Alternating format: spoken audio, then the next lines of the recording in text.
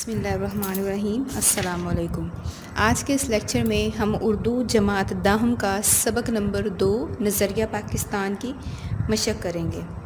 تو مشق میں سب سے پہلے ہے درج ذیل سوالات کے مختصر جواب تحریر کریں۔ تو پہلا سوال ہے، مسلمانوں کو اپنی دینی معاملات میں اپنی آزادی کب ختم ہوتی نظر آئی؟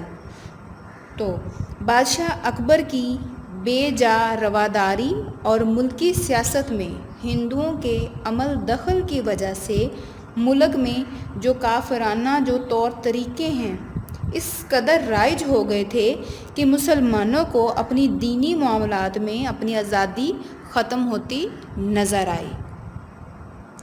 دوسرا سوال ہے، سلطان ٹیپو اپنی جدوجہد میں کیوں کامیاب نہ ہو سکا؟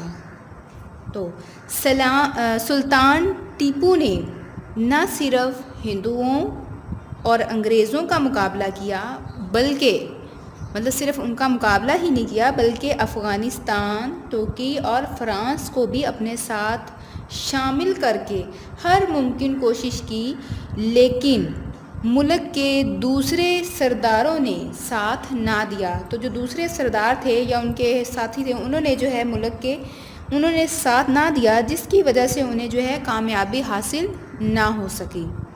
تیسرا سوال ہے، تحریک خلافت کیوں شروع کی گئی؟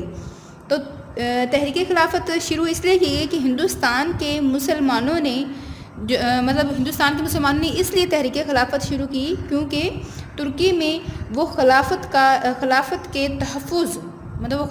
تحفظ چاہتے تھے۔ دوسرا، حجاز مقدس میں جو مقامات مقدسہ کی حفاظت ہے، اس کے لیے مولانا محمد علی جوہر اور مولانا شوکت علی کی رہنمائی میں یہ تحریک شروع کی گئی، جسے تحریک خلافت کا نام دیا گیا۔ اس کے مقاصد یہی تھے کہ ایک تو خلافت کا ترکی کی خلافت کا تحفظ، اور دوسرا حجاز مقدس کے جو مقدس مقامات ہیں، یعنی ہمارے مکہ اور مدینہ کے جو مقدس مقامات ہیں ان کی حفاظت کے لیے یہ تحریک شروع کی گئی۔ چوتھا سوال ہے، علامہ اقبال نے مسلمانوں کے لیے الگ وطن کا مطالبہ کب اور کہاں کیا؟ تو علامہ اقبال نے اپنے خطبہ الہ آباد میں مسلم لیگ کا جو سالانہ اجلاس ہوتا ہے اس میں 1930 میں مسلمانوں کے لیے الگ وطن یعنی پاکستان کا مطالبہ کیا۔ 1930 میں مسلم لیگ کے سالانہ اجلاس الہ آباد میں انہوں نے الگ وطن کا مطالبہ پیش کیا۔ اس کے بعد اگلا سوال ہے، اہل مغرب نے قومیت کی بنیاد کس پر رکھی؟ تو اہل مغرب ہیں انہوں نے خاندانی، نسلی اور قبائلی بنیادوں میں ذرا سے وسعت پیدا کر کے انہوں نے قومیت کی بنیاد انہوں نے جغرافیائی حدود پر رکھی اور کہا کہ قوم وہ وطن سے بنتی ہے۔ ان کے نزدیک قومیت کی بنیاد کیا ہے؟ جغرافیائی حدود ہیں کہ قوم وہ وطن سے بنتی ہے۔ اس کے بعد اگلا ہے، مسلمانوں کی قومیت کی بنیاد کیا ہے؟ پہلے تھا کہ وہ اہل مغرب کی قومیت کی بنیاد تھی جو جغرافیائی حدود یعنی وطن کے ساتھ قوم بنتی ہے۔ تو یہاں پہ اب مسلمانوں کی وہ قومیت کی بنیاد کیا ہے؟ تو مسلمانوں کی قومیت وہ ایک نظریاتی قومیت ہے، جو لا الہ الا اللہ کی بنیاد پر قائم ہے۔ یعنی اس میں کیا ہے کہ اس میں نسل، رنگ، وطن کی کوئی بنیاد نہیں ہے، کسی رنگ نسل کی بنیاد پر قومیت کسی قسم کی قومیت کا تصور نہیں ہے۔ اس میں سب کیا ہے، تمام امتیازات ختم کر دی ہیں۔ صرف قومیت کی بنیاد کیا ہے؟ ایک کلمہ لا الہ الا اللہ، اسلام، بس۔ اس کے بعد اگلا سوال ہے، نظریہ پاکستان کا مقصد کیا ہے؟ تو نظریہ پاکستان کا مقصد پاکستان کو ایک اسلامی اور فلاحی مملکت بنانا، یہ اس کا مقصد ہے۔ اگلا سوال ہے، شدھی اور سنگھٹن کی تحریکوں کے مقاصد کیا تھے؟ تو یہ وہی تحریک ہے جو ہندوؤں نے مسلمانوں کے خلاف دو تحریکیں شروع کی تھی۔